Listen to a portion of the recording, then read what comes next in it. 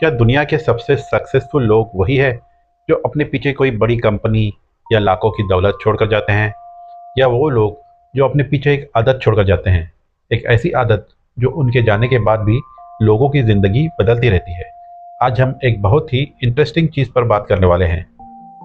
हम सब चाहते हैं कि हम अपने पीछे कुछ ऐसा छोड़कर जाएं जिस पर हमें फ़ख्र हो, एक विरासत। लेकिन क्या सबसे गहरी विरासत बड़े बड़े कामों से नहीं, बल्कि रोज़ किए जाने वाले छोटे मुस्तकिल कामों से बनती है? आज हम इसी उसूल को समझेंगे कि कैसे सदका के छोटे छोटे एक्ट्स एक बहुत बड़ा असर डाल सकते हैं।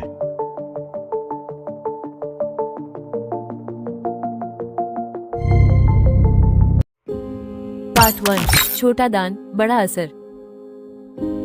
अब ये सवाल हम में से कई लोगों के जहन में आता है, खास तौर से स्टूडेंट्स या वो लोग जो अभी अपने करियर की शुरुआत कर रहे हैं। जब बजट पहले से ही टाइट हो तो दूसरों के लिए कुछ करना थोड़ा मुश्किल सा लगता है।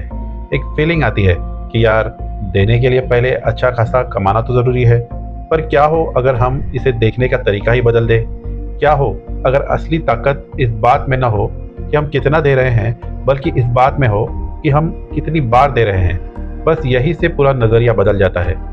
छोटा सदका एक ज़बरदस्त आदत में बदल सकता है। सोचिए ज़रा, हर कॉफ़ी पर सिर्फ ₹1। यह अमाउंट इतना छोटा है कि न बिजनेस पर कोई बोझ है, न कस्टमर पर। यह बात दोनों तरीकों के फ़र्क को एकदम साफ कर देती है।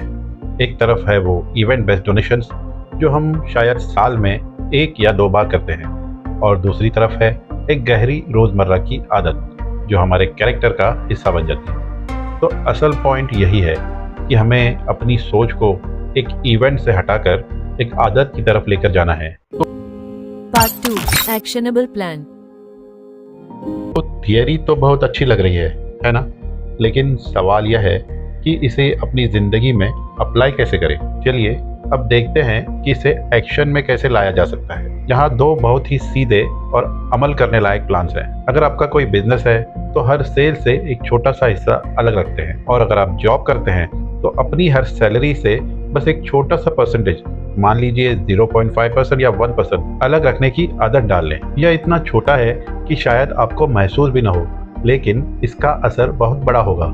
सिर्फ 1%। ज़रा रुकिए और इस नंबर के बारे में सोचिए। यह एक ऐसी शुरुआत है जिसे कोई भी आसानी से कर सकता है। यह दिखाता है कि दरिया दिल होने के लिए अमीर होना ज़रूरी नहीं है, बस एक साफ नियत और एक मुस्तकिल आदत चाहिए। Part 3 The Reward of Barakah।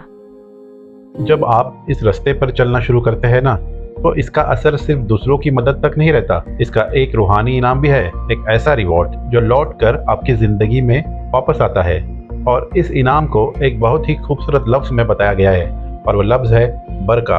आइए समझते हैं कि इसका असल मतलब क्या है। बरका का मतलब सिर्फ पैसों का बढ़ जाना नहीं है। नहीं, यह आपकी ज़िंदगी में सुकून है, आपकी सेहत में इजाफा है, आपके वक्त में वसअत का एहसास है।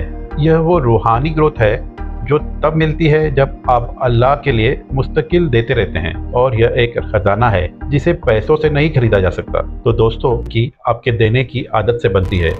एक छोटी सी शुरुआत जिसे पाबंदी के साथ किया जाए, वो एक ऐसी विरासत बना सकती है जो आने वाले नस्लों तक याद रखी जाएगी। तो अब यह सवाल सीधा आप सब के लिए है।